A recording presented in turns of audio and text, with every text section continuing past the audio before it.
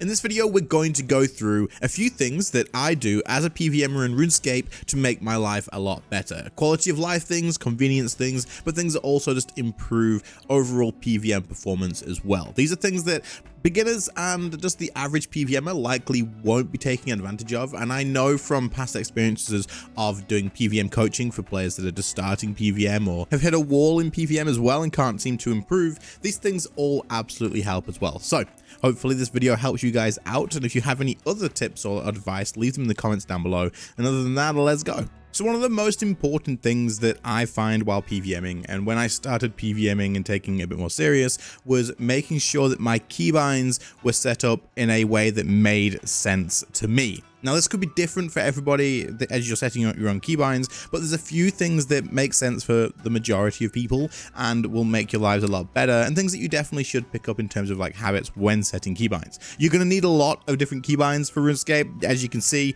there's not just a couple, there's probably one of the most keybinds in any MMO around, probably. And don't doubt it, I use most of these keybinds a lot, so these aren't just all wasted space to make it look like I'm doing a lot of stuff. That being said, when you are keybinding very specific things, it's important to set them in ways that makes it efficient for you. For example, if I'm going to use this Disruption Shield here, which will block the next amount of damage that I take, which is super useful, I have to press 2 keybinds for this to work. I have to spellbook swap, and then I have to cast Disruption Shield, and I have to do this quickly to make sure that it happens before I take that next bit of damage. So I have these keybound next to each other on my mouse, but you would be able to do it on your keyboard as well, so that my finger doesn't have to move very far for it to work straight away. I just press the buttons right next to each other, and then this will happen. Another example is usually you will want to use an adrenaline potion immediately after casting an ultimate to get as much adrenaline back as you can. So to do this, I have my ultimates all set to keybind V, and then I have my adrenaline potion set to B, which is right beside it. So whenever I ult, I can press both these keybinds one after the other immediately and nice and easily to be able to make sure I don't forget to use that adrenaline potion, and also just to make it nice and convenient for myself. Setting up keybinds this way makes your life a hell of a lot easier, especially for things like shield switches for defensives. If you need to use resonance in a certain boss to get some health back, make your life easier by setting your shield and then the resonance ability right next to each other. So you press, say, for example, R to put your shield on, and then T to cast resonance. You probably wouldn't use these two keys specifically, but this is just an example. Doing things like this makes life a lot easier, but there's other things you can do as well, such as if you're keybinding the ability Devotion, maybe put it on D for Devotion, Barricade on B for Barricade, maybe your food keybind is going to be F for food, and all of this sort of stuff as well. Now, you're going to run out of letters for this, but obviously if you are using something more than the other, then chuck that where it makes sense to put it. Keybinding is super important, so it will take a little while to set all of these up, but as you go along and you make changes to this, eventually you'll have something set up in a way that makes sense to you and will hopefully be a lot more comfortable. A trick you've probably seen many PvMers use if you watch YouTube or Twitch or anything like that is double eating. Now, double eating is pretty easy. It's nice and easy. This isn't going to take long to explain. If you have a keybind for a solid food and a drink, which is like a sour and brew, you can use both of these in the same tick as long as you use the food, then the drink in that order. So when you keybind your food, maybe set up 2 different keybinds right next to each other to be able to double eat. That way you can press the food and then the drink immediately after, and you will drink them both in the same tick, giving yourself more health than you normally would be able to eat. This just means you can panic eat in certain situations, and also when you're taking a ton of damage, you can out eat that damage to stay alive. Okay, so next up is a couple of settings that I'm going to go through to actually show you guys that are worth enabling for sure and talking about real quick, but then there's also many things in the settings, so have a scroll through these and just go through and see if there's anything you may want to change. Now, a couple I'm going to talk about is the first one is going to be buff bar. You can change the icon size of your buff bar to large so you can keep track of stuff easier, or you can have it whatever suits you, right? I have it on small, but I'm just used to seeing what's on the buff bar. But if you have it on large, it's gonna be a lot easier to keep track of necrosis stacks, potion timers, all of this sort of stuff. So have that set to however you want it, and then go through and make sure you tick what you want to see on there. Now, the next thing is going to be the camera. Camera is so important. Freedom here is super useful because it's going to allow you to zoom out a lot further. If I have this on the I think it's classic, right? If I have it on classic, we're not going to be able to zoom out very far. I think, yeah, we can go about this far back. But if we go to freedom, which is the same, or Freedom Classic, you can then zoom out even further, meaning you can see more of a boss fight. So if you're in the Art Glacier or something, you can see a lot more. So have the Freedom or Freedom Classic cameras enabled, and that way you can zoom out a bit further if you really want to. You can change zoom sensitivity too if you find yourself doing it too much, and you can turn off camera shake if that's really annoying. There's many different settings in here to take a look at, like action bar binding and stuff, so do that whenever you feel like you need to set up your action bar bindings and targeting, and maybe untick the familiar options so you can't accidentally click it and get yourself killed in certain situations. There's many things, so have a scroll through all of them and just see what suits you. The next one I want to talk about, because we don't want to spend forever talking about each individual point, is controls. Now, in the control section, if you scroll down, you're going to get to action bar. Scroll right to the bottom of action bar, and here there's some special settings that I freaking love. And I've only got 3 of them bound because I don't really use the other ones, but these are good, right? So special attack, you would normally keybind it from here. Or people do, they drag this out and they put it onto the bar. You can keybind it in here. Save yourself an action bar slot. Trust me, you're going to want to do that. And familiar actions as well for your familiar special attack and stuff, you can have in here too. And you can keybind these however you want. Target cycling means that you can cycle through targets, like tab targeting in other MMOs, to stop yourself from having to click absolutely every single thing you want to attack. Super useful in certain places as well.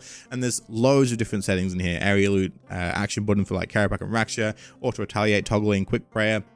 As you can see, there's lots of things that you maybe want to like activate or keybind in here. So take a look, keybind these ones, especially these 3 here, super useful. But setting up your settings correctly and having a look through them all and making sure you've got them all set up how you want will make a big difference. I've got a video on this, so I will link it in the description if I remember. If not, call me out and I'll get it done. But yeah, have a look through your settings, make sure you bind those controls, save yourself some action bar slots. It's super useful. Moving on from the buff bar and settings, the next thing is actually going to be kind of similar. It's the UI. Having an optimal UI setup is something that makes a world of difference for PvMing. Now, I am not saying that you have to copy my UI or that my UI is better than everybody else's UI or whatever, but having it set up for you how you want to have it is important. However, including certain things is also very valuable. For example, having your Beast of Burden window on and able to be seen is super useful because, one, you can keep track of how many scrolls you have left just in case you forget, but also you can see the spec bar. You can access the Beast of Burden inventory if you have a Beast of Burden, and being able to keep track of this sort of information like the actual familiar spec bar can keep you on top of how much DPS you can do with a Ripper Demon, or whether you can cast the Calgarian Demon Scroll again. All of these sort of things are super important. If you haven't keybound all your defense abilities, having a window where you can access them quickly will be super useful too. You should be using defense abilities. They're incredibly important. They make the world of difference in PvM. They're broken as shit. So definitely familiarize yourself with them, and having the window available will allow you to do that, because there'll be situations where you're thinking, hey, I could use Reflect right now, and you'll get onto using it. You'll also notice here that having things like your action bar and your health bar close to the center and top of your UI, so closer to your character, is pretty damn important and useful. A lot of people will throw this off into some random place, and that's fine if you prefer it like that, but it makes sense and there's logic to having it central and near your character, because this way you're going to be looking at this more than many other things as well. Your health, your adrenaline, your prayer points, your ability cooldowns.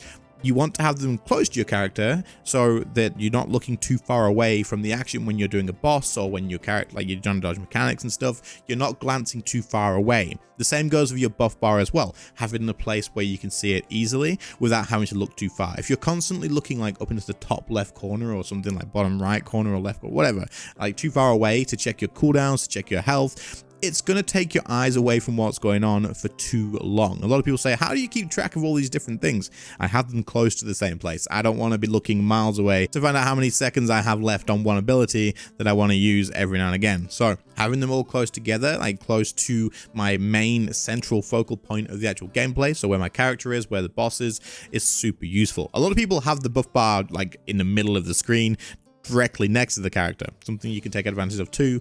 I don't necessarily like it like that, but there's a reason that people do it, and it's because your eyes can see it a lot easier. So make sure your user interface is organized in a way that looks good for yourself and you're happy with, but also is convenient. Have your health and your buff bar near your character, have your things like your familiar open, make sure you can keep track of your inventory easily. Don't have your inventory too far away from where you're clicking to deal with the boss as well. So if you have to click inventory, you're not dragging your mouse halfway across your screen. All these sort of things do add up. Another trick we PvMers like to do is, if you're going into a fight and you know that there's some heavy hitting mechanics coming on at the beginning, or even if you just know the fight's going to start very quickly, you can use things like devotion before the fight starts with no adrenaline cost whatsoever to be able to get access to that ability for the few seconds that you get to reduce some damage for free. So using devotion normally costs you adrenaline because it's a threshold defense ability. However, if you do not have a target, this will be absolutely free to cast as long as you meet the 50% adrenaline to cast it in the first place, but it won't charge you any adrenaline. You just need to have it to be able to cast it.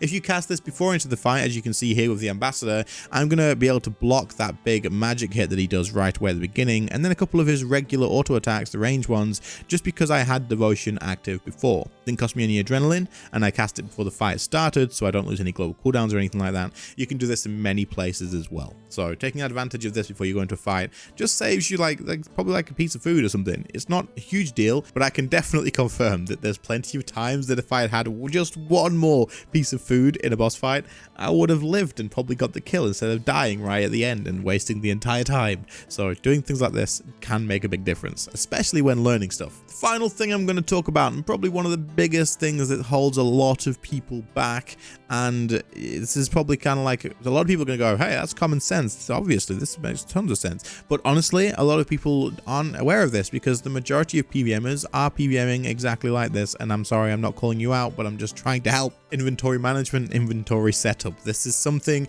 that is a massive game changer and many people do not do correctly.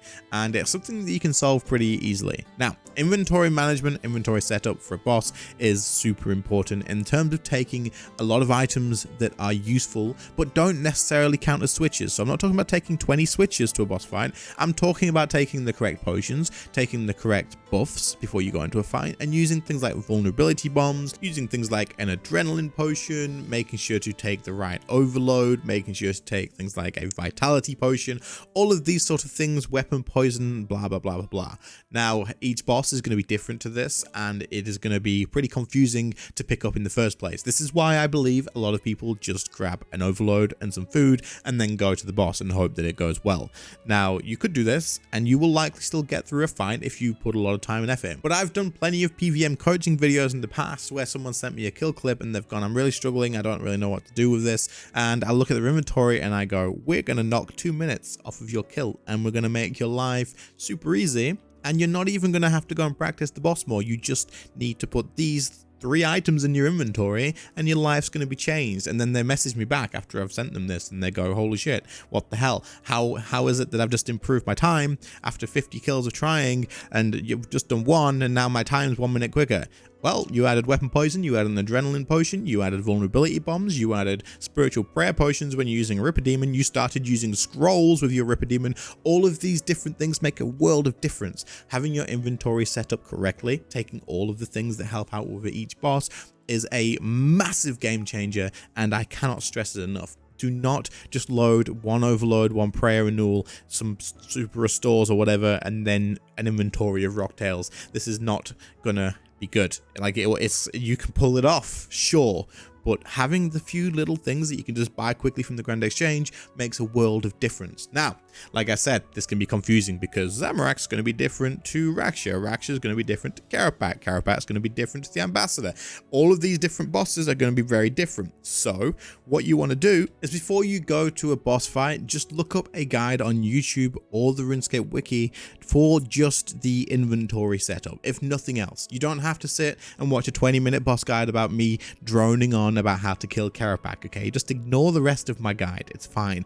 But do yourself a favor and just check out the inventory setup if you find you're struggling at a boss, and just see if there's anything that you can add to that, because it can make a world of difference. Every boss in RuneScape has like 50 guides from different creators on YouTube, so find one of those and check out the inventory setup that they're using, make sure it's like pretty good, and then go ahead and copy that for your own inventory. You're going to notice a world of difference from this, so take advantage of it. So not to drag the video on for too long, we're going to leave it there for this one. There's many tricks and like little small details that PvMers do when we're actually PvPing PvMing to make our lives better or improve kill times, all this sort of stuff. So if you like this sort of thing, which is more like specifics rather than like the basics and generic stuff, let me know and I'll make another video going through like the very small details. They're going to be small things, but if we cover enough of it and if you put them all into play, then you're going to notice pretty big changes along the way. So yeah, if you like this and if you want to see more, then let me know and I will definitely do that. If you have any other ones, drop them in the comments. People can scroll through and read them. But other than that, I hope you enjoyed the video. Channel members, thank you so much for supporting the channel that much extra. You guys are keeping me full time right now. Like, let me tell you, while the content drought is real in RuneScape right now, you guys supporting the channel, you're insanely helpful. Thank you so much, and I just want to make sure you guys are aware that I appreciate it. That being said, other than that, I'll catch you all in the next one. See you later, guys. Bye.